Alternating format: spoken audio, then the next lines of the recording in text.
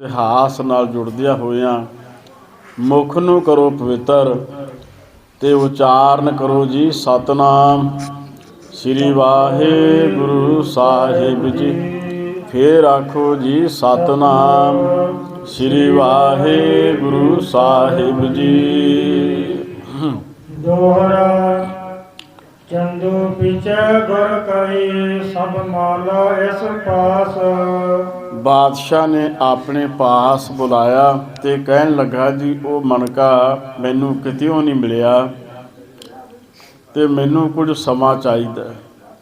ਇਹ ਕਹਿ ਕੇ ਫਿਰ ਆਪਣੇ ਘਰ ਨੂੰ ਜਾਂਦਾ ਹੈ ਵੀ ਮੈਂ ਲੱਭ ਕੇ ਲਿਆਉਣਾ। ਇਹ ਜਾਂਦਾ ਹੈ ਤੇ ਧੰਨ ਸ੍ਰੀ ਗੁਰੂ ਹਰਗੋਬਿੰਦ ਸਾਹਿਬ ਜੀ ਮਹਾਰਾਜ ਕਹਿੰਦੇ ਨੇ ਬਾਦਸ਼ਾਹ ਉਹ ਮਾਲਾ ਕਿਤੇ ਨਹੀਂ ਗਈ, ਉਹ ਇਸ ਚੰਦੂ ਦੇ ਘਰ ਵਿੱਚ ਹੀ ਆ, ਹੋਰ ਕਿਸੇ ਪਾਸੇ ਨਹੀਂ ਹੈ।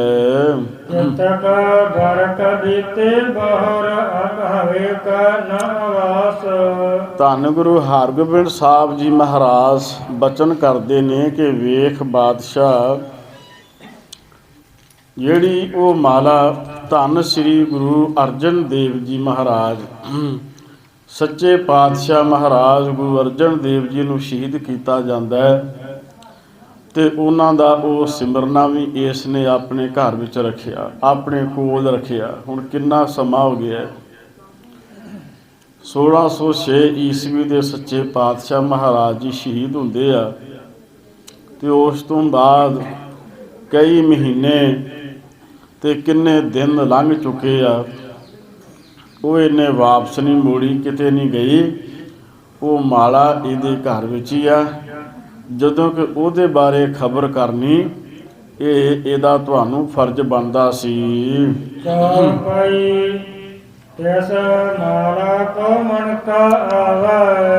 ਸਤਿਗੁਰੂ ਸੱਚੇ ਪਾਤਸ਼ਾਹ ਜੀ ਬਚਨ ਕਰਦੇ ਨੇ ਕਿ ਵੇਖ ਬਾਦਸ਼ਾਹ ਉਹ ਜਿਹੜੀ ਮਾਲਾ ਤੇ ਉਸ ਮਾਲਾ ਦਾ ਇੱਕ ਵੀ ਮਣਕਾ ਜੇ ਸਾਡੇ ਕੋਲ ਆ ਜਾਏ ਜਿਹੜੀ ਗੁਰੂ ਅਰਜਨ ਸਾਹਿਬ ਜੀ ਮਹਾਰਾਜ ਜੀ ਨੇ ਪਹਿਨੀ ਸੀ, ਉਸ ਨੂੰ ਵੇਖਦਿਆਂ ਸਾਰ ਇੱਕ ਵੀ ਮਣਕਾ ਮਿਲ ਜਾਏ ਪਹਿਚਾਣ ਕਰਕੇ ਅਸੀਂ ਤੁਹਾਨੂੰ ਦੱਸ ਦੇਵਾਂਗੇ। ਜੇ ਇੱਕ ਵੀ ਮਣਕਾ ਇਹ ਲੈ ਆਇਆ ਤੇ ਫਿਰ ਸਮਝੋ ਵੀ ਸਾਰੀ ਮਾਲਾ ਇਸ ਚੰਦੂ ਦੇ ਘਰ ਵਿੱਚ ਹੀ ਆ, ਫਿਰ ਇਹਦੇ ਕੋਲੋਂ ਸਾਰੀ ਹੀ ਮਾਲਾ ਲੈਣੀ ਬਣਦੀ ਹੈ। ਇਸ ਦੇਸ਼ ਵਿੱਚ ਉਹਦਾ ਮੁੱਲ ਪੈ ਹੀ ਨਹੀਂ ਸਕਦਾ। ਇੰਨਾ ਮਹਿੰਗਾ ਸਿਮਰਨਾ ਜਿਹੜਾ ਗੁਰੂ ਅਰਜਨ ਸਾਹਿਬ ਜੀ ਮਹਾਰਾਜ ਜੀ ਦੇ ਪਾਸ ਇਸ ਦੇਸ਼ ਵਿੱਚ ਲੱਭਿਆ ਵੀ ਉਹੋ ਜਿਹਾ ਸਿਮਰਨਾ ਉਹੋ ਜਿਹੀ ਮਾਲਾ ਲੱਭ ਨਹੀਂ ਸਕਦੀ ਹੈ। ਵੇਖ ਬਾਦਸ਼ਾਹ ਇਸ ਪਾਪੀ ਮਨੁੱਖ ਜਿਹੜਾ ਚੰਦੂ ਆ ਇਸ ਨੇ ਉਸ ਮਾਲਾ ਨੂੰ ਕਿਤੇ ਸਾਂਭ ਕੇ ਰੱਖਿਆ ਹੀ ਨਹੀਂ ਭਲਾ, ਜਿਹੜੀ ਇੰਨੀ ਕੀਮਤੀ ਚੀਜ਼ ਇੰਨੇ ਮਹਿੰਗੇ ਮੁੱਲ ਵਾਲੀ ਆ ਉਹਨੂੰ ਇਸ ਨੇ ਕਿਉਂ ਨਹੀਂ ਸਾਂਭਿਆ ਹੋਵੇਗਾ। ਇਹ ਤਾਂ ਫਿਰ ਇਹਦੀ ਬਹੁਤ ਵੱਡੀ ਬੇਪਰਵਾਹੀ ਆ, ਇਹਨੇ ਬਹੁਤ ਅਵਗਿਆ ਕੀਤੀ ਆ। ਇਹਨੇ ਇੰਨੀ ਕੀਮਤੀ ਚੀਜ਼ ਉਹਦੀ ਸਾਂਭ ਸੰਭਾਲ ਕਿਉਂ ਨਹੀਂ ਕੀਤੀ। ਇਹਨੇ ਕਿਸੇ ਨੂੰ ਦੇ ਦਿੱਤੀ ਹੋਵੇਗੀ, ਮੁੱਲ ਵੇਚਿਆ ਹੋਵੇਗਾ, ਤਾਂ ਇਹ ਤਾਂ ਸਗੋਂ ਇਹਨੂੰ ਇਹਦੀ ਉਚਿਤ ਸਜ਼ਾ ਦੇਣੀ ਬਣਦੀ ਹੈ।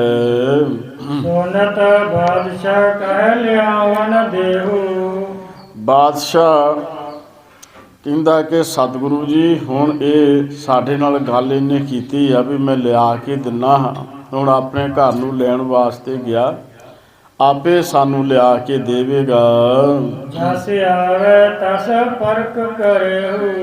ਜਦੋਂ ਇਹ ਮਾਲਾ ਨੂੰ ਲੈ ਕੇ ਆਵੇਗਾ ਜਾਂ ਮਣਕਾ ਵੀ ਲੈ ਕੇ ਆਵੇਗਾ ਤੁਸੀਂ ਆਪਦੀ ਪਰਖ ਕਰ ਲੈਣੀ ਵੀ ਉਹੀ ਮਾਲਾ ਹੈ, ਕਿਤੇ ਕੋਈ ਬਣਾਉਟੀ ਤੇ ਨਹੀਂ ਬਣਾ ਕੇ ਲਿਆਉਂਦਾ। ਤੇ ਬਾਦਸ਼ਾਹ ਕਹਿੰਦਾ ਵੀ ਪਹਿਲਾਂ ਸਾਈਂ ਮੀਆਂ ਮੀਰ ਜੀ ਉਹਨਾਂ ਦੇ ਕੋਲੋਂ ਵੀ ਇਹਦੇ ਛਲ ਇਹਦੇ ਕਪਟ, ਇਹਦੇ ਫਰੇਬ ਬਾਰੇ ਸੁਣਿਆ ਕਿ ਇਹ ਜਿਹੜਾ ਚੰਦੂ ਆ ਨਾ, ਬਹੁਤ ਫਰੇਬੀ ਬੰਦਾ ਹੈ, ਬੜਾ ਧੋਖੇਬਾਜ਼ ਬੰਦਾ ਹੈ। ਜਮ ਏਨ ਕਰੇ ਕਪਟ ਕੈ ਘਾਤ। ਇਸ ਮਨੁੱਖ ਨੇ ਜਿਵੇਂ ਕਪਟ ਕਰਕੇ ਧੰਨ ਸ੍ਰੀ ਗੁਰੂ ਅਰਜਨ ਦੇਵ ਜੀ ਮਹਾਰਾਜ ਜੀ ਨੂੰ ਸ਼ਹੀਦ ਕਰ ਦਿੱਤਾ ਹੈ। ਇਸ ਬਾਰੇ ਸਾਈਂ ਮੀਆਂ ਮੀਰ ਜੀ ਦੇ ਪਾਸੋਂ ਸਤਿਗੁਰੂ ਜੀ ਸੁਣਿਆ ਹੈ। ਜੀ ਅਪਰਾਧੀ ਹੈ ਤੁਮਾਰਾ। ਬਾਦਸ਼ਾਹ ਕਹਿੰਦਾ ਕਿ ਜੇ ਇਹ ਤੁਹਾਡਾ ਅਪਰਾਧੀ ਹੈ, ਜੇ ਇਸ ਨੇ ਗੁਰੂ ਅਰਜਨ ਸਾਹਿਬ ਜੀ ਨੂੰ ਸ਼ਹੀਦ ਕੀਤਾ ਹੈ, ਆਪ ਸੰਭਾਰੋ ਜਿਉ ਵਰ ਧਾਰਾ। ਜਿਵੇਂ ਤੁਸੀਂ ਆਪਣੇ ਦਿਲ ਵਿੱਚ ਧਾਰਨ ਕੀਤੀ ਆ ਵੀ ਇਹ ਮਨੁੱਖ ਬੜਾ ਪਾਪੀ ਆ, ਫਿਰ ਇਸ ਨੂੰ ਤੁਸੀਂ ਸੰਭਾਲੋ। ਭਾਵ ਜਿਵੇਂ ਕਿਵੇਂ ਆ, ਇਸ ਨੂੰ ਪਕੜ ਕੇ ਜੋ ਵੀ ਸਜ਼ਾ ਦੇਣੀ ਆ ਉਹ ਫਿਰ ਤੁਹਾਡੀ ਹੀ ਬਣਦੀ ਹੈ। ਸੀਸ ਹਮਾਰੇ ਫਰਜ਼ ਨ ਰਹਿ। ਮੇਰੇ ਸਿਰ ਤੇ ਕੋਈ ਪਾਪ ਨਾ ਰਹਿ ਜਾਏ, ਮੈਂ ਆਪਣਾ ਫਰਜ਼ ਪੂਰਾ ਕਰਾਂਗਾ। ਜੇ ਇਸ ਚੰਦੂ ਨੇ ਪਾਪ ਕੀਤਾ ਉਹਦੀ ਸਜ਼ਾ ਇਸੇ ਨੂੰ ਦੇਣੀ ਬਣਦੀ ਆ। ਮੇਰੇ ਸਿਰ ਤੇ ਕੋਈ ਇਹੋ ਜਿਹਾ ਦੋਸ਼ ਨਾ ਬਣਿਆ ਰਹਿ ਜਾਏ। ਜਮ ਕਿਨ ਤਿਨ ਫਲ ਕੋ ਲਹੈ। ਵੀ ਜਿਸ ਨੇ ਕੋਈ ਮਾੜਾ ਕਰਮ ਕੀਤਾ ਫਲ ਵੀ ਫਿਰ ਉਸੇ ਨੂੰ ਮਿਲਣਾ ਚਾਹੀਦਾ। ਜੇ ਪਾਪ ਇਸ ਨੇ ਕੀਤਾ ਤੇ ਇਹਦੇ ਕੀਤੇ ਹੋਏ ਪਾਪ ਦੀ ਸਜ਼ਾ ਬਾਦਸ਼ਾਹ ਜਹਾਂਗੀਰ ਗੁਰੂ ਹਰਗੋਬਿੰਦ ਸਾਹਿਬ ਜੀ ਨੂੰ ਬੇਨਤੀ ਕਰਦਾ, ਉਹ ਸਜ਼ਾ ਫਿਰ ਇਸੇ ਨੂੰ ਦੇਣੀ ਬਣਦੀ ਹੈ। ਜਿਮ ਕਹੈ ਨਰ ਪੁਨ ਔਰ ਪਠਾਇਓ। ਤੇ ਇਹ ਬਚਨ ਧੰਨ ਸ੍ਰੀ ਗੁਰੂ ਹਰਗੋਬਿੰਦ ਸਾਹਿਬ ਜੀ ਮਹਾਰਾਜ ਜੀ ਦੇ ਬਾਦਸ਼ਾਹ ਦੇ ਨਾਲ ਚੱਲਦੇ ਆ। ਇਹ ਗੱਲ ਕਰਨ ਤੋਂ ਬਾਅਦ ਫਿਰ ਬਾਦਸ਼ਾਹ ਨੇ ਇੱਕ ਹੋਰ ਮਨੁੱਖ ਜਿਹੜਾ ਉਹ ਚੰਦੂ ਨੂੰ ਲੈਣ ਵਾਸਤੇ ਭੇਜਿਆ ਹੈ। ਚੰਦੂ ਸਦਨ ਕਿਉ ਗਲਮ ਲਗਾਇਓ। ਉਹ ਬੰਦਾ ਉਸੇ ਵੇਲੇ ਚੰਦੂ ਦੇ ਘਰ ਗਿਆ, ਬਾਦਸ਼ਾਹ ਦਾ ਭੇਜਿਆ ਹੋਇਆ। ਉਹਨੇ ਜਾ ਕੇ ਆਵਾਜ਼ ਮਾਰੀ ਕਿ ਚੰਦੂ ਤੂੰ ਦੇਰ ਕਿਉਂ ਲਾਉਂਦਾ ਹੈ, ਕਾਹਦੇ ਵਾਸਤੇ ਇੰਨਾ ਸਮਾਂ ਲਾਉਂਦਾ ਹੈ। ਆਨਾ ਛੇਕਰ ਗਿਆ ਤਬ ਧਾਏ। ਤੂੰ ਤੇ ਇਹ ਬਾਦਸ਼ਾਹ ਨੂੰ ਕਹਿ ਕੇ ਆਇਆ ਵੀ ਮੈਨੂੰ ਆਗਿਆ ਦੇਵੋ ਤੇ ਮੈਂ ਆਪਣੇ ਘਰ ਵਿੱਚੋਂ ਉਹ ਸਿਮਰਨਾ, ਉਸ ਮਾਲਾ ਦਾ ਮਣਕਾ ਜਿਹੜਾ ਗੁਰੂ ਅਰਜਨ ਸਾਹਿਬ ਜੀ ਨੇ ਲਾਹੌਰ ਦੇ ਵਿੱਚ ਪਹਿਨਿਆ ਹੋਇਆ ਸੀ ਉਹ ਲਿਆਉਣਾ। ਇਹ ਕਹਿ ਕੇ ਆਇਆ ਤੇ ਇੰਨੀ ਦੇਰ ਲਾ ਦਿੱਤੀ ਆ, ਆਣ ਕੇ ਆਪਣੇ ਘਰ ਵਿੱਚ ਬੈਠ ਗਿਆ ਹੈ। ਉਠ ਦੀਵਾਨ ਕਿਉਂ ਬੈਠਿਓ ਆਏ। ਦੀਵਾਨ ਜੀ ਉਠੋ। ਬਾਦਸ਼ਾਹ ਦਾ ਜਿਹੜਾ ਭੇਜਿਆ ਹੋਇਆ ਦੂਸਰਾ ਬੰਦਾ ਇਹਦੇ ਘਰ ਵਿੱਚ ਆਇਆ। ਉਹਨੇ ਆਖਿਆ ਦੀਵਾਨ ਜੀ ਬੈਠੇ ਕਿਉਂ ਜੇ, ਛੇਤੀ ਉਠੋ, ਤੁਹਾਨੂੰ ਬਾਦਸ਼ਾਹ ਨੇ ਆਪਣੇ ਦਰਬਾਰ ਵਿੱਚ ਬੁਲਾਇਆ ਹੈ। ਬਾਦਸ਼ਾਹ ਯਾਦ ਕਰ ਬਾਰੰਬਾਰੇ।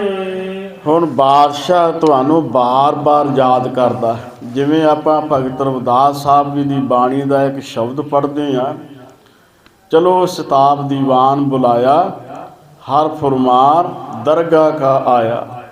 ਜਦੋਂ ਰੱਬ ਦੇ ਭੇਜੇ ਹੋਏ ਦੂਤ ਆ ਜਾਂਦੇ ਆ ਨਾ ਤੇ ਮਨੁੱਖ ਬੜੇ ਬਹਾਨੇ ਬਣਾਉਂਦਾ ਹੈ, ਕਿਉਂਕਿ ਸੁਭਾਅ ਵੀ ਬਣਿਆ ਰਿਸ਼ਵਤ ਦੇ ਕੇ ਤੇ ਜਿਹੜੇ ਝੂਠੇ ਕੰਮ ਆ ਉਹਨਾਂ ਉੱਤੇ ਵੀ ਪਰਦਾ ਪਾਉਣ ਦਾ। ਤੇ ਉਸ ਵੇਲੇ ਦੂਤਾਂ ਨੂੰ ਵੀ ਇਹ ਕਹਿੰਦਾ ਹੈ ਵੀ ਮੈਨੂੰ ਅੱਜ ਦੀ ਰਾਤ ਦਾ ਸਮਾਂ ਦੇ ਦਿਓ। ਉਹ ਕਹਿੰਦੇ ਨਾ, ਇਹ ਰਿਸ਼ਵਤ ਇੱਥੇ ਨਹੀਂ, ਰੱਬ ਦੇ ਘਰ ਵਿੱਚ ਨਹੀਂ ਚੱਲੇਗੀ, ਤੁਹਾਨੂੰ ਛੇਤੀ ਜਾਣਾ ਪਵੇਗਾ। ਚਲੋ ਸ਼ਤਾਬ ਦੀਵਾਨ ਬੁਲਾਇਆ। ਇਹ ਰੱਬ ਦਾ ਹੁਕਮ ਆਇਆ, ਉਹਦੀ ਕਚਹਿਰੀ ਦਾ ਹੁਕਮ ਆਇਆ, ਧਰਮਰਾਜ ਦਾ ਹੁਕਮ ਆਇਆ, ਛੇਤੀ ਚੱਲੋ, ਸਾਡੇ ਕੋਲ ਸਮਾਂ ਨਹੀਂ। ਮਿੱਥੇ ਹੋਏ ਸਮੇਂ ਦੇ ਮੁਤਾਬਕ ਪਰਮੇਸ਼ਰ ਦੇ ਜਿਹੜੇ ਦੂਤ ਆ ਜੀਵ ਦੀ ਜਿੰਦ ਕੱਢ ਕੇ ਲੈ ਜਾਂਦੇ ਆ। ਹੁਣ ਇਹੀ ਹਾਲਤ ਇਸ ਚੰਦੂ ਦੀ ਬਣ ਗਈ। ਇਹਨੇ ਪਾਪ ਕਰਮ ਜਿਹੜੇ ਕੀਤੇ ਆ ਉਹ ਇਹਦੇ ਉਗੜ ਰਹੇ ਆ। ਦੂਸਰੇ ਬੰਦੇ ਨੇ ਆਣ ਕੇ ਆਵਾਜ਼ ਮਾਰੀ, ਚੰਦੂ ਦੀਵਾਨ ਹੁਣ ਘਰ ਵਿੱਚ ਬੈਠਾ ਕੀ ਕਰਦਾ? ਬਾਦਸ਼ਾਹ ਨੇ ਤੈਨੂੰ ਆਪਣੇ ਦਰਬਾਰ ਵਿੱਚ ਬੁਲਾਇਆ ਹੈ। ਹੈ ਕੈ ਨਹੀਂ ਦੇਵ ਅਰਜ ਗੁਜਾਰੇ। ਤੇ ਜਿਹੜੀ ਤੂੰ ਮਾਲਾ ਕਹਿ ਕੇ ਆਇਆ, ਇੱਕ ਮਾਲਾ ਦਾ ਤੇ ਬਹਾਨਾ ਹੀ ਆ। ਸਿਮਰਨ ਦਾ ਜਿਹੜਾ ਮਣਕਾ ਉਹ ਤੇ ਇੱਕ ਬਹਾਨਾ ਹੈ, ਇੱਕ ਜ਼ਰੀਆ ਬਣ ਰਿਹਾ ਹੈ। ਅਸਲ ਵਿੱਚ ਇਹਦੇ ਕੀਤੇ ਹੋਏ ਪਾਪਾਂ ਦੀ ਸਜ਼ਾ ਹੁਣ ਇਹਨੂੰ ਮਿਲਣੀ ਆ। ਤੇ ਉਸ ਬੰਦੇ ਨੇ, ਅਹਿਲਕਾਰ ਨੇ ਆਖਿਆ ਵੀ ਬਾਦਸ਼ਾਹ ਤੈਨੂੰ ਬੁਲਾਉਂਦਾ ਹੈ, ਤੂੰ ਕਹਿ ਕੇ ਆਇਆ ਵੀ ਮਾਲਾ ਦਾ ਮਣਕਾ ਲੈ ਕੇ ਆਵਾਂਗਾ, ਲੈ ਕੇ ਕਿਉਂ ਨਹੀਂ ਆਉਂਦਾ? ਬਾਦਸ਼ਾਹ ਦੇ ਕੋਲ ਤੇ ਤੂੰ ਅਰਜ਼ ਕਰਕੇ ਆਇਆ, ਬੇਨਤੀ ਕਰਕੇ ਆਇਆ ਵੀ ਥੋੜਾ ਸਮਾਂ ਦਿਓ, ਮੈਂ ਗਿਆ ਕਿ ਆਇਆ ਤੇ ਤੂੰ ਹੁਣ ਘਰ ਆਣ ਕੇ ਬੈਠ ਗਿਆ ਹੈ। ਦੇਖਿਓ ਨਰ ਜਦ ਦੁਤੀਏ ਪਠਾਇਓ। ਜਦੋਂ ਇਹਨੇ ਵੇਖਿਆ ਵੀ ਬਾਦਸ਼ਾਹ ਨੇ ਇੱਕ ਹੋਰ ਬੰਦਾ ਭੇਜ ਦਿੱਤਾ ਹੈ, ਇੱਕ ਹੋਰ ਮਨੁੱਖ ਨੂੰ ਬੜੀ ਕਾਹਲੀ ਦੇ ਨਾਲ ਮੇਰੇ ਘਰ ਵਿੱਚ ਭੇਜ ਦਿੱਤਾ ਹੈ। ਚਿੰਤਾ ਬਸੀ ਤਰਾਸ ਕੁਛ ਪਾਇਓ। ਕਵੀ ਜੀ ਲਿਖਦੇ ਆ ਵੀ ਇਹਦੇ ਮਨ ਵਿੱਚ ਬੜੀ ਚਿੰਤਾ ਬਣ ਗਈ ਤੇ ਮਨ ਵਿੱਚ ਬਹੁਤ ਡਰਿਆ, ਬਹੁਤ ਹੀ ਘਬਰਾਇਆ ਹੈ। ਘਰ ਤੇ ਚਲਿਓ ਸ਼ੀਗਰਤਾ ਧਰੇ। ਹੁਣ ਬਾਦਸ਼ਾਹ ਦਾ ਡਰ ਸੀ, ਉਹਦਾ ਹੁਕਮ ਇਸ ਨੂੰ ਮੰਨਣਾ ਪੈਣਾ ਸੀ। ਘਰ ਵਿੱਚ ਆਪਣੇ ਖਲੋਤਾ ਨਹੀਂ, ਉਸੇ ਵੇਲੇ ਕਾਹਲੀ ਦੇ ਨਾਲ ਉਸ ਬੰਦੇ ਦੇ ਨਾਲ ਘਰ ਦੇ ਵਿੱਚੋਂ ਬਾਦਸ਼ਾਹ ਦੇ ਦਰਬਾਰ ਜਾਣ ਵਾਸਤੇ ਬੜੀ ਕਾਹਲੀ ਕਾਹਲੀ ਚੱਲਣ ਲੱਗਾ ਹੈ। ਫਟਕ ਬਸਤਰ ਤੇ ਪੱਗਿਆ ਗਿਰੇ। ਕਵੀ ਸਾਹਿਬ ਜੀ ਲਿਖਦੇ ਆ ਵੀ ਇੰਨਾ ਘਬਰਾ ਗਿਆ, ਜਦੋਂ ਕਾਹਲੀ ਦੇ ਨਾਲ ਤੁਰਨ ਲੱਗਿਆ ਇਹਦਾ ਪੈਰ ਜਿਵੇਂ ਕਿਤੇ ਠੇਡਾ ਲੱਗ ਜਾਂਦਾ ਹੈ ਤੇ ਬੜੇ ਜ਼ੋਰ ਦੀ ਘਰ ਦੇ ਵਿੱਚ ਹੀ ਵਿਹੜੇ ਦੇ ਡਿੱਗ ਪਿਆ। ਇਹਦੇ ਸਿਰ ਤੇ ਜਿਹੜੀ ਬੱਦੀ ਪੱਗ ਉਹ ਵੀ ਲੈ ਗਈ। ਇੰਨਾ ਘਬਰਾ ਗਿਆ ਕਿਉਂਕਿ ਅੰਦਰ ਪਾਪ ਜੋ ਕੀਤਾ ਸੀ ਗੁਰੂ ਅਰਜਨ ਸਾਹਿਬ ਜੀ ਨੂੰ ਸ਼ਹੀਦ ਕਰਨ ਦਾ, ਉਹ ਪਾਪ ਇਹਨੂੰ ਸਾਹਮਣੇ ਆਣ ਕੇ ਡਰਾਉਂਦਾ ਵੀ ਹੁਣ ਮੌਤ ਤੇਰੇ ਸਾਹਮਣੇ ਆ। ਤੇ ਘਬਰਾ ਕੇ ਅਚਾਨਕ ਡਿੱਗਦਾ ਹੈ, ਕਿਸੇ ਚੀਜ਼ ਨਾਲ ਠੇਗਾ ਲੱਗਦਾ, ਇਹਦੇ ਸਿਰ ਤੋਂ ਇਹਦੀ ਜਿਹੜੀ ਪੱਗ ਆ ਉਹ ਲੈ ਜਾਂਦੀ ਆ। ਇਹਦਾ ਜਿਹੜਾ ਦਿਲ ਆ ਉਹ ਧੜਕਦਾ ਹੈ। ਅਚਾਨਕ ਔਰ ਲੱਗ ਧੜਕਾ। ਤੇ ਅਚਾਨਕ ਇਹਦਾ ਦਿਲ ਬਹੁਤ ਧੜਕਿਆ। ਜਿਵੇਂ ਮਾੜੇ ਸ਼ਗਨ ਕਵੀ ਸਾਹਿਬ ਜੀ ਇੱਥੇ ਬਿਆਨ ਕਰਦੇ ਹਨ। ਅਚਾਨਕ ਨਿਕਟ ਤੂਰਨ ਚੱਲ ਗਇਓ। ਤੇ ਜਦੋਂ ਇਹ ਤੁਰਦਾ ਹੈ ਜਿਵੇਂ ਕਿਸੇ ਨੇ ਕੋਈ ਕਿਸੇ ਪਾਸਿਓਂ ਛਿੱਕ ਵੀ ਮਾਰੀ ਹੁੰਦੀ ਹੈ, ਭਾਵ ਇਹਦੇ ਮਾਨੋ ਕਿ ਮਾੜਾ ਸਮਾਂ ਹੁਣ ਇਹਦੇ ਉੱਤੇ ਬਣਨ ਲੱਗਿਆ। ਤੇ ਕਾਹਲੀ ਕਾਹਲੀ ਇਹ ਆਪਣੇ ਪੈਰ ਪੁੱਟਦਾ, ਬਾਦਸ਼ਾਹ ਦੇ ਬੰਦੇ ਦੇ ਨਾਲ ਉਹਦੇ ਦਰਬਾਰ 'ਚ ਪੇਸ਼ ਹੋਣ ਵਾਸਤੇ ਚੱਲਦਾ ਹੈ। ਹੋਰ ਬੈਠੇ ਦੇਖ ਦੁਖਿਆਤ ਭਇਓ। ਅੱਗੇ ਜਾ ਕੇ ਕੀ ਵੇਖਿਆ, ਜਦੋਂ ਬਾਦਸ਼ਾਹ ਦੇ ਦਰਬਾਰ ਵਿੱਚ ਗਿਆ ਤੇ ਬਾਦਸ਼ਾਹ ਦੇ ਕੋਲ 6ਵੇਂ ਪਾਤਸ਼ਾਹ ਮੀਰੀ ਪੀਰੀ ਦੇ ਮਾਲਕ ਧੰਨ ਸ੍ਰੀ ਗੁਰੂ ਹਰਗੋਬਿੰਦ ਸਾਹਿਬ ਜੀ ਮਹਾਰਾਜ ਵੀ ਬੈਠੇ ਆ। ਸਤਿਗੁਰਾਂ ਨੂੰ ਬੈਠਿਆਂ ਵੇਖ ਕੇ ਹੋਰ ਵੀ ਦੁਖੀ ਹੋ ਗਿਆ ਵੀ ਮੈਂ ਤੇ ਇਹਨਾਂ ਨੂੰ ਗਵਾਲੀਅਰ ਦੇ ਕਿਲੇ ਵਿੱਚ ਕੈਦ ਕਰਵਾਇਆ ਸੀ ਤੇ ਸਤਿਗੁਰੂ ਜੀ ਤੇ ਬਾਦਸ਼ਾਹ ਦੇ ਸਨਮੁਖ ਬੈਠੇ ਆ। ਤੇ ਇਹਦੇ ਮਨ ਵਿੱਚ ਹੋਰ ਵੀ ਡਰ ਬਹੁਤ ਜ਼ਿਆਦਾ ਬਣਿਆ ਤੇ ਬੜਾ ਦੁਖੀ ਹੁੰਦਾ ਹੈ। ਹੱਥ ਜੋੜ ਬੋਲਿਓ ਟਿਕ ਬਾਦਸ਼ਾਹੋ। ਇਹਨੇ ਹੱਥ ਜੋੜੇ, ਹੱਥ ਜੋੜ ਕੇ ਬਾਦਸ਼ਾਹ ਨੂੰ ਕੋਈ ਬੇਨਤੀ ਕਰਦਾ ਹੈ। ਮਨ ਕੈ ਹੁਤੈ ਮੋਰ ਕਰ ਮਾਹੋ। ਕਹਿਣ ਲੱਗਾ ਜੀ ਵੇਖੋ ਬਾਦਸ਼ਾਹ, ਮਣਕੇ ਤੇ ਹੈ ਸੀ ਮੇਰੇ ਘਰ ਵਿੱਚ, ਮੇਰੇ ਘਰ ਵਿੱਚ ਜਿਹੜੀ ਗੱਲ ਚੱਲੀ ਆ ਉਹਦੇ ਨਾਲ ਦੇ ਮਣਕੇ ਜ਼ਰੂਰ ਸਨ, ਰਹੇ ਖੋਜ ਸੁਅਬ ਨਹਿ ਪਾਏ। ਪਰ ਅਸੀਂ ਬੜੀ ਖੋਜ ਕੀਤੀ ਆ, ਘਰ ਵਿੱਚ ਖੱਬੇ ਸੱਜੇ ਹੇਠਾਂ ਉੱਤੇ ਸਾਰੀ ਲੱਭਣ ਦੀ ਕੋਸ਼ਿਸ਼ ਕੀਤੀ ਆ, ਪਰ ਕਹਿਣ ਲੱਗੇ ਕੋਈ ਪਤਾ ਨਹੀਂ ਲੱਗਦਾ, ਸਾਨੂੰ ਕੋਈ ਵੀ ਮਣਕਾ ਲੱਭਾ ਨਹੀਂ ਹੈ। ਹੁਣ ਨਾਲ ਬਰਿੰਦ ਬਾਜ਼ਾਰ ਪਠਾਏ। ਵੇਖੋ ਬਾਦਸ਼ਾਹ ਜੀ, ਮੈਂ ਤੇ ਆਪਣੇ ਜਿਹੜੇ ਬੰਦੇ ਆ ਨਾ ਨੌਕਰ ਚਾਕਰ, ਉਹਨਾਂ ਨੂੰ ਦਿੱਲੀ ਦੇ ਬਾਜ਼ਾਰਾਂ ਵਿੱਚ ਵੀ ਭੇਜਿਆ ਵੀ ਜਾਓ ਕਿਤੇੋਂ ਲੱਭ ਕੇ ਇਹੋ ਜਿਹਾ ਮਣਕਾ ਲਿਆਓ। ਖੋਜ ਰਹਿ ਨ ਕਿਤੁ ਨ ਪਾਏ। ਮੇਰੇ ਬੰਦੇ ਦਿੱਲੀ ਦੇ ਬਾਜ਼ਾਰਾਂ ਵਿੱਚ ਗਏ, ਬੜੀ ਉਹਨਾਂ ਨੇ ਭਾਲ ਕੀਤੀ ਆ, ਬੜੀ ਖੋਜ ਕੀਤੀ ਆ, ਪਰ ਉਹਨਾਂ ਨੂੰ ਕਿਤਿਓਂ ਵੀ ਲੱਭਾ ਨਹੀਂ ਹੈ। ਸਭ ਥਲ ਤੇ ਛੂਛੇ ਨਰ ਆਏ। ਉਹ ਸਾਰੀਆਂ ਥਾਵਾਂ ਤੇ ਗਏ ਆ, ਜਿੱਥੇ ਜਿੱਥੇ ਦੱਸ ਪਈ ਆ, ਬੜੀਆਂ ਦੁਕਾਨਾਂ ਉੱਤੇ ਗਏ, ਮਾਰਕੀਟ ਗਏ, ਪਰ ਉਹਨਾਂ ਨੂੰ ਕਿਤਿਓਂ ਵੀ ਕੋਈ ਵੀ ਇਹੋ ਜਿਹਾ ਜਿਹੜਾ ਮਣਕਾ ਲੱਭਾ ਨਹੀਂ, ਖਾਲੀ ਹੀ ਮੁੜ ਕੇ ਆਏ ਹਨ। ਅਬ ਜੇ ਦੇਰ ਕਰੋ ਦਿਨ ਕੋਏ। ਜੇ ਕੁਛ ਦਿਨ ਦਾ ਸਮਾਂ ਸਾਨੂੰ ਦੇ ਦਿੱਤਾ ਜਾਏ, ਬਾਦਸ਼ਾਹ ਨੂੰ ਫਿਰ ਆਪਣੇ ਵਲਸਲ ਵਿੱਚ ਲਿਆਉਣ ਦੀ ਕੋਸ਼ਿਸ਼ ਕਰਦਾ ਹੈ।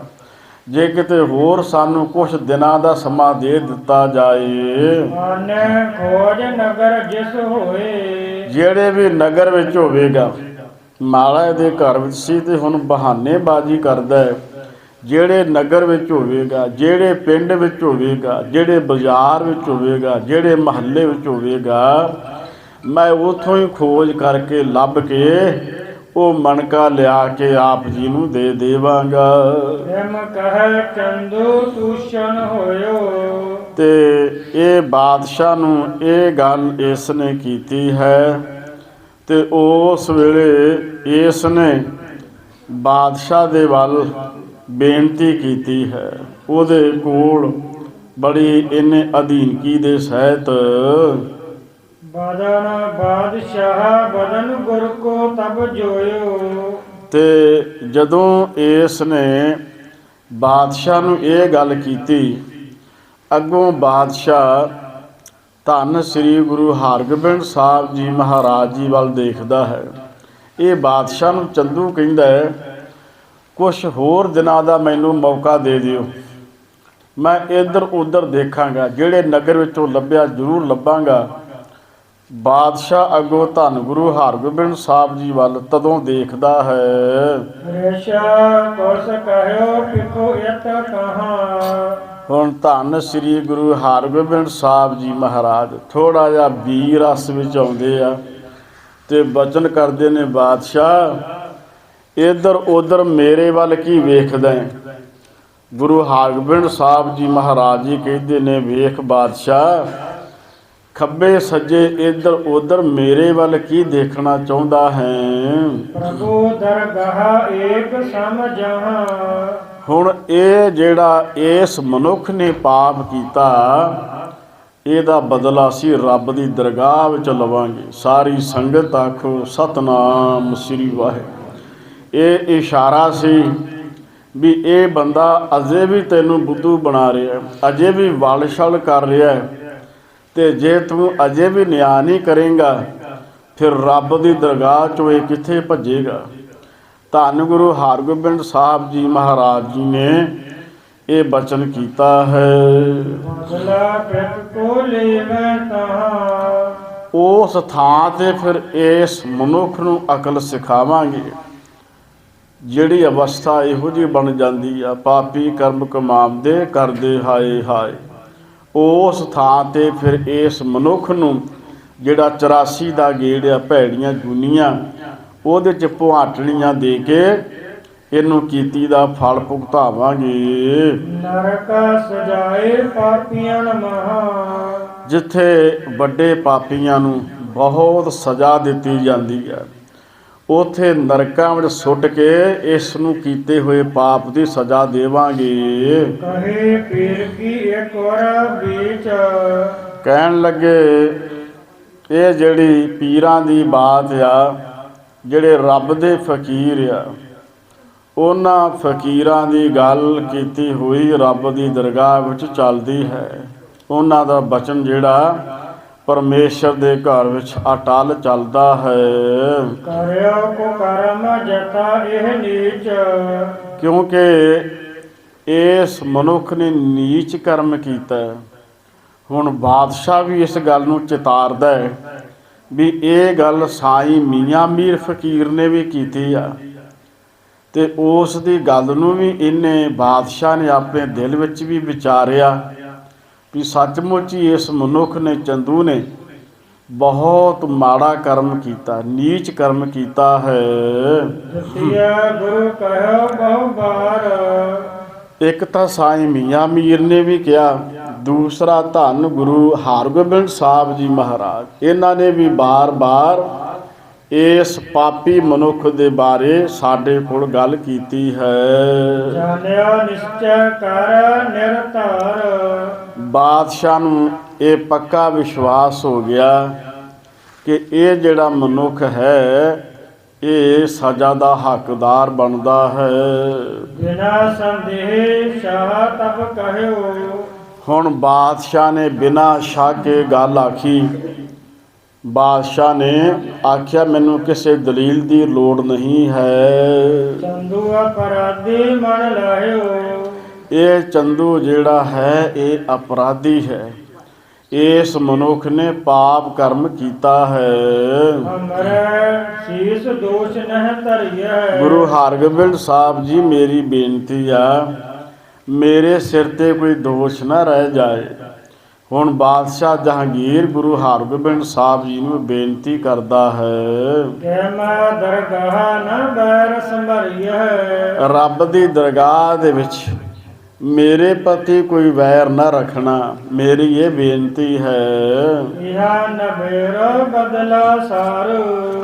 ਮੇਰੇ ਕੋਲੋਂ ਜੇ ਕੋਈ ਭੁੱਲ ਹੋਈ ਆ, ਮੇਰੇ ਕੋਲੋਂ ਉਹ ਲੇਖਾ ਇੱਥੇ ਹੀ ਲੈ ਲਵੋ, ਪਰ ਬੇਨਤੀ ਹੈ ਰੱਬ ਦੀ ਦਰਗਾਹ ਵਿੱਚ ਮੈਨੂੰ ਕੋਈ ਸਜ਼ਾ ਨਾ ਦੇਣੀ। ਹਮਕੋ ਆਸ ਕਾ ਬਚਨ ਉਚਾਰੋ। ਸਾਡੇ ਵਾਸਤੇ ਕਹਿਣ ਲੱਗੇ, ਜੋ ਵੀ ਤੁਹਾਡਾ ਹੁਕਮ ਆ ਅਸੀਂ ਤੁਹਾਡੀ ਸੇਵਾ ਦੇ ਵਿੱਚ ਹਾਜ਼ਰ ਹਾਂ। ਜੇ ਹਮਰੀ ਕੁਛ ਲਖੋ ਖਟਾਈ। ਤੇ ਜੇ ਸਾਡੇ ਵਿੱਚ ਕੋਈ ਖੋਟ ਮੰਨਦੇ ਹੋ ਵੀ ਮੇਰੇ ਪਾਸੋਂ ਕੋਈ ਭੁੱਲ ਹੋਈ ਹੈ, ਮੇਰੇ ਪਾਸੋਂ ਕੋਈ ਖੋਟ ਵਾਲੀ ਗੱਲ ਕੀਤੀ ਹੈ, ਤੋ ਹਮਕੋ ਦਿਓ ਡੰਡ ਬਣਾਈ। ਤਾਂ ਫਿਰ ਮੇਰੀ ਪੀਰੀ ਦੇ ਮਾਲਕ ਜੀ ਮੈਨੂੰ ਇੱਥੇ ਹੀ ਦੰਡ ਦੇ ਦਿਓ। ਜੋ ਵੀ ਸਜ਼ਾ ਦੇਣੀ ਆ ਮੈਂ ਆਪ ਜੀ ਦੀ ਸਜ਼ਾ ਇੱਥੇ ਹੀ ਪ੍ਰਵਾਨ ਕਰਾਂਗਾ। ਨਾਹੇ ਤਾਂ ਜਹਾਂ ਅਵਗਿਆ ਕਰੀ। ਤੇ ਨਹੀਂ ਤਾਂ ਫਿਰ ਜਿਸ ਮਨੁੱਖ ਨੇ ਅਵਗਿਆ ਕੀਤੀ ਆ, ਜੇ ਤੁਸੀਂ ਬਖਸ਼ ਲਵੋਗੇ ਤੇ ਵਧੀਆ ਗੱਲ ਆ। ਤੇ ਅਸਲ ਦੇ ਵਿੱਚ ਜਿਸ ਮਨੁੱਖ ਨੇ ਅਵਗਿਆ ਕੀਤੀ ਹੈ, ਗਲਤੀ ਕੀਤੀ ਹੈ, ਕਿਸ ਤੇ ਲਿਹੋ ਬਦਲਾ ਇਸ ਘੜੀ। ਐਸ ਘੜੀ ਤੇ ਉਸ ਮਨੁੱਖ ਦੇ ਕੋਲੋਂ ਹੀ ਬਦਲਾ ਲੈਣਾ ਬਣਦਾ, ਉਹਨੂੰ ਹੀ ਸਜ਼ਾ ਦੇਣੀ ਬਣਦੀ ਆ ਜਿਹੜੇ ਮਨੁੱਖ ਨੇ ਪਾਪ ਕਰਮ ਕੀਤਾ ਹੈ। ਮਾਮਾ ਸਿਰ ਤੇ ਅਬ ਕਰਜ ਉਤਾਰੋ। ਮੇਰੇ ਸਿਰ ਤੋਂ ਇਹ ਕਰਜ਼ਾ ਉਤਾਰ ਦੇਵੋ ਕਿ ਗੁਰੂ ਅਰਜਨ ਸਾਹਿਬ ਜੀ ਮਹਾਰਾਜ ਜੀ ਨੂੰ ਸ਼ਹੀਦ ਬਾਦਸ਼ਾਹ ਜਹਾਂਗੀਰ ਨੇ ਕੀਤਾ ਹੈ। ਇਹ ਕਿਰਪਾ ਕਰਕੇ ਮੇਰੇ ਸਿਰ ਤੋਂ ਇਹ ਕਰਜ਼ ਜਿਹੜਾ ਹੈ ਉਤਾਰ ਦੇਵੋ। ਕਹੋ ਨਿਸੰਗ ਬਾਤ ਨਿਰਤਾਰੋ। ਨਿਸੰਗ ਹੋ ਕੇ ਜੋ ਤੁਹਾਡੇ ਹਿਰਦੇ ਵਿੱਚ ਬਚਨ ਆ ਉਹ ਉਚਾਰਨ ਕਰੋ। ਗੁਰੂ ਕਹਿਓ ਬਲ ਪਾਏ ਤੁਮਾਰਾ। ਧੰਨ ਸ੍ਰੀ ਗੁਰੂ ਹਰਗੋਬਿੰਦ ਸਾਹਿਬ ਜੀ ਮਹਾਰਾਜ ਸੱਚੇ ਪਾਤਸ਼ਾਹ ਕਹਿੰਦੇ, ਵੇਖ ਬਾਦਸ਼ਾਹ, ਅਕਸਰ ਤੇਰੇ ਕੋਲ ਤਾਕਤ ਆ, ਤੇਰੇ ਕੋਲ ਰਾਜ ਭਾਗ ਆ, ਤੇਰੇ ਰਾਜ ਭਾਗ ਦੇ ਵਿੱਚ ਜੋ ਕਰ ਹੈ ਅਪਰਾਧ ਉਦਾਰਾ। ਕਿੰਨਾ ਵੱਡਾ ਪਾਪ ਹੋਇਆ। ਉਦਾਰੇ ਦਾ ਅਰਥ ਹੁੰਦਾ ਖੁੱਲਾ। ਵੇਖ ਕਿੰਨਾ ਵੱਡਾ ਪਾਪ ਹੋਇਆ ਤੇਰੇ ਰਾਜ ਵਿੱਚ। ਧੰਨ ਗੁਰੂ ਅਰਜਨ ਸਾਹਿਬ ਜੀ ਮਹਾਰਾਜ ਜੀ ਨੂੰ ਸ਼ਹੀਦ ਕੀਤਾ ਗਿਆ। ਰਾਜ ਭਾਗ ਤੇ ਤੇਰਾ ਸੀ, ਤੇਰੇ ਹੁਕਮ ਤੋਂ ਬਿਨਾਂ ਤੇ ਪਤਾ ਨਹੀਂ ਸੀ ਝੁਲ ਸਕਦਾ। ਤੇਰੇ ਰਾਜ ਭਾਗ ਦੇ ਵਿੱਚ ਹੀ ਏਡਾ ਵੱਡਾ ਪਾਪ ਹੋਇਆ ਹੈ। ਇਸ ਕੈ ਫਲ ਭਾਗੀ ਤੁਮ ਆਹੋ। ਗੁਰੂ ਹਰਗੋਬਿੰਦ ਸਾਹਿਬ ਜੀ ਨੇ ਬਚਨ ਕੀਤਾ ਕਿ ਵੇਖ ਬਾਦਸ਼ਾਹ, ਇਸ ਪਾਪ ਦਾ ਭਾਗੀ ਤੇ ਤੂੰ ਵੀ ਆ, ਕਿਉਂਕਿ ਦਿੱਲੀ ਦਾ ਬਾਦਸ਼ਾਹ ਤੂੰ ਆ ਤੇ ਤੁਸਾਂ ਹੀ ਗੁਰੂ ਅਰਜਨ ਸਾਹਿਬ ਜੀ ਨੂੰ ਲਾਹੌਰ ਵਿਖੇ ਬੁਲਾਇਆ ਤੇ ਤੁਹਾਡੇ ਰਾਜ ਭਾਗ ਦੇ ਹੁੰਦਿਆਂ ਐਡਾ ਵੱਡਾ ਅਪਰਾਧ ਹੋਇਆ ਹੋਵੇ, ਇਸ ਦਾ ਦੋਸ਼ ਤੇ ਤੇਰੇ ਤੇ ਵੀ ਬਣਦਾ ਹੈ। ਚੱਲ ਦਰਗਾਹ ਵਿਖੇ ਕਿਮ ਕਹੋ। ਕਹਿਣ ਲੱਗੇ, ਅਕਸਰ ਤੇ ਰੱਬ ਦੀ ਦਰਗਾਹ ਦੇ ਵਿੱਚ ਲੇਖਾ ਦੇਣਾ ਹੀ ਪਵੇਗਾ। ਉੱਥੇ ਫਿਰ ਕੀ ਜਵਾਬ ਦੇਵੇਂਗਾ? ਰੱਬ ਦੀ ਦਰਗਾਹ ਦੇ ਵਿੱਚ ਜਦੋਂ ਇਸ ਬਾਰੇ ਪੁੱਛਿਆ, ਉੱਥੇ ਤੁਸੀਂ ਕੀ ਜਵਾਬ ਦੇਵੋਗੇ? ਤਹ ਲੇਖਾ ਸਭ ਲੈਣਾ ਦੇਣਾ। ਉੱਥੇ ਤਾਂ ਲੇਖਾ ਲੈਣਾ ਵੀ ਤੇ ਦੇਣਾ ਵੀ ਪੈਣਾ। ਜਿਹੜੇ ਲੋਕ ਕਿਸੇ ਦਾ ਹੱਕ ਮਾਰ ਲੈਂਦੇ ਆ, ਬੇਈਮਾਨੀ ਕਰਦੇ ਆ, ਉਹਨਾਂ ਲੋਕਾਂ ਨੂੰ ਉੱਥੇ ਲੇਖਾ ਦੇਣਾ ਪੈਂਦਾ ਹੈ। ਜੇ ਕਿਸੇ ਨੇ ਕੋਈ ਪਾਪ ਕਰਮ ਕੀਤਾ ਹੈ, ਉਹ ਰੱਬ ਦੀ ਦਰਗਾਹ ਦੇ ਵਿੱਚ ਦੇਣਦਾਰ ਆ, ਉੱਥੋਂ ਕੋਈ ਬਚ ਨਹੀਂ ਸਕਦਾ ਹੈ। ਹੋਤ ਸਭਨ ਕੋ ਕਿਮਹੁ ਮਿਟੈ ਨਾ। ਉੱਥੇ ਕਿਸੇ ਦਾ ਕੋਈ ਬਚਾ ਨਹੀਂ ਹੋਣਾ, ਉੱਥੇ ਕੋਈ ਕਿਸੇ ਦੀ ਸਿਫਾਰਿਸ਼ ਨਹੀਂ ਚੱਲਣੀ। ਜੈਸਾ ਕਿਸੇ ਮਨੁੱਖ ਨੇ ਕੋਈ ਕਰਮ ਕੀਤਾ, ਉਹਦਾ ਮੰਦਾ ਚੰਗਾ ਫਲ ਉਹਨੂੰ ਜ਼ਰੂਰ ਮਿਲੇਗਾ। ਨਿਰਬਲ ਬਲੀ ਰੰਕ ਕਾ ਗਊ। ਭਾਵੇਂ ਕੋਈ ਗਰੀਬ ਹੋਵੇ ਤੇ ਭਾਵੇਂ ਕੋਈ ਅਮੀਰ ਹੋਵੇ, ਰੱਬ ਦੇ ਘਰ ਵਿੱਚ ਇਹ ਗੱਲਾਂ ਨਹੀਂ ਚੱਲਦੀਆਂ। ਉਥੇ ਤਾਂ ਚੰਗੇ ਮੰਦੇ ਕਰਮਾਂ ਦਾ ਸਾਰਿਆਂ ਨੂੰ ਲੇਖਾ ਦੇਣਾ ਹੀ ਪਵੇਗਾ। ਇੱਕ ਸਮਹਿ ਸਭ ਬਿਕਮ ਨ ਕਾਓ।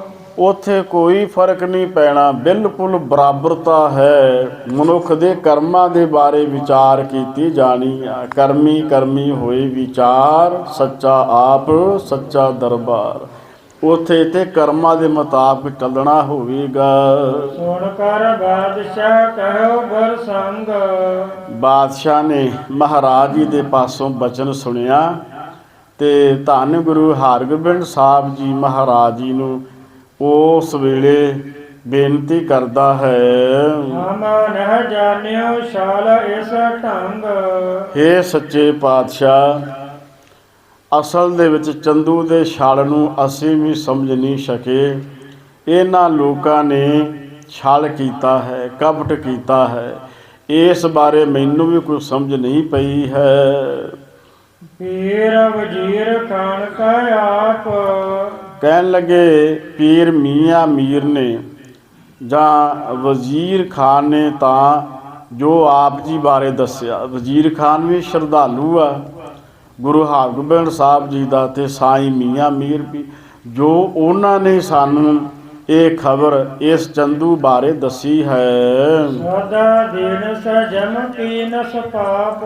ਤੇ ਜਿਵੇਂ ਇਸ ਚੰਦੂ ਨੇ ਪਾਪ ਕਰਮ ਕੀਤਾ ਹੈ ਮਹਾਰਾਜ, ਜਾਂ ਤੁਹਾਡੇ ਪਾਸੋਂ ਇਸ ਗੱਲ ਦਾ ਪਤਾ ਲੱਗਿਆ ਹੈ। ਸੁਣ ਕਰ ਮੈਂ ਅਬ ਹੋਇਓ ਨਿਆਰ। ਮੈਂ ਤੇ ਜਦੋਂ ਇਹ ਗੱਲ ਸੁਣੀ ਤੇ ਸੁਣ ਕੇ ਬੜਾ ਹੀ ਹੈਰਾਨ ਹੋ ਗਿਆ ਹਾਂ। ਜੇ ਅਪਰਾਧੀ ਗਹੋ ਕੇ ਮਾਰੋ। ਇਹ ਤਾਂ ਹੁਣ ਬਿਲਕੁਲ ਤੁਹਾਡਾ ਅਪਰਾਧੀ ਹੈ। ਜਿਸ ਮਨੁੱਖ ਨੇ ਇੰਨਾ ਵੱਡਾ ਪਾਪ ਕੀਤਾ, ਕਰਮ ਕੀਤਾ, ਨਿੱਜੀ ਅਪਰਾਧੀ ਹੈ।